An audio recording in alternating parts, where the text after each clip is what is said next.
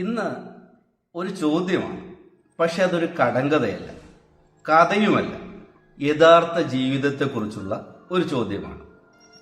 ഇപ്പോൾ at present അമേരിക്കയിലെ മാധ്യമങ്ങൾ ട്രംപിന് കൊടുക്കുന്ന വാർത്താ പ്രാധാന്യത്തെക്കാൾ കൂടുതൽ വാർത്താ പ്രാധാന്യം കൊടുക്കുന്ന ഒരാളുണ്ട്. അതാരാണ് എന്നുള്ളതാണ് ചോദ്യം. ചില സൂചനകൾ അതിനെക്കുറിച്ച് പറഞ്ഞു തരാം.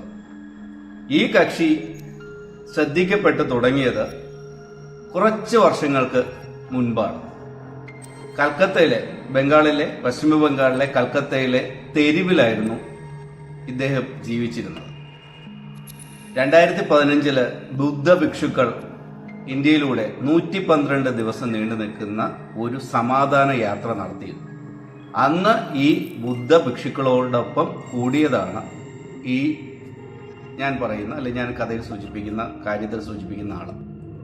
അതിനുശേഷം ബുദ്ധഭിക്ഷുക്കളോട് നടന്ന് ഇദ്ദേഹം, അങ്ങനെ തന്നെ പറയാം, അവരെ വിട്ടുപോകാൻ തയ്യാറാകാതിരിക്കുകയും അവര് ഇദ്ദേഹത്തെ ഒപ്പം കൂട്ടുകയും ഇന്ന് അമേരിക്കയിൽ ഇദ്ദേഹം വളരെ വലിയ വാർത്തയാവുകയും ചെയ്തിരിക്കുകയാണ്.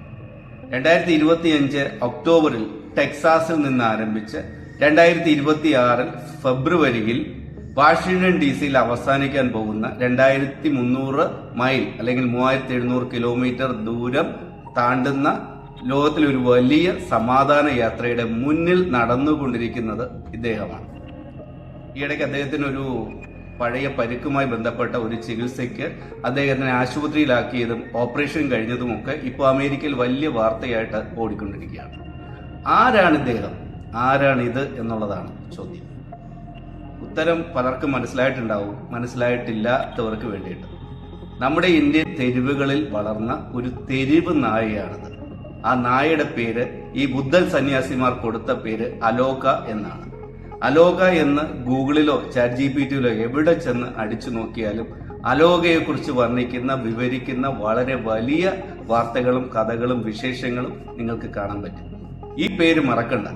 ലോക സമാധാനത്തിന് വേണ്ടി ലോകത്തിലെ ഏറ്റവും വലിയ യുദ്ധക്കൊതിയന്മാരുടെ രാജ്യത്ത്, അവരുടെ രാജ്യത്തിന് കുറുകെ നടന്നുകൊണ്ടിരിക്കുന്ന ഇന്ത്യക്കാരനായ തെരുവ് നായയുടെ പേരാണ് അലോക. അലോക ഇന്ന് ലോകമറിയുന്ന സൂപ്പർ താരമാണ്.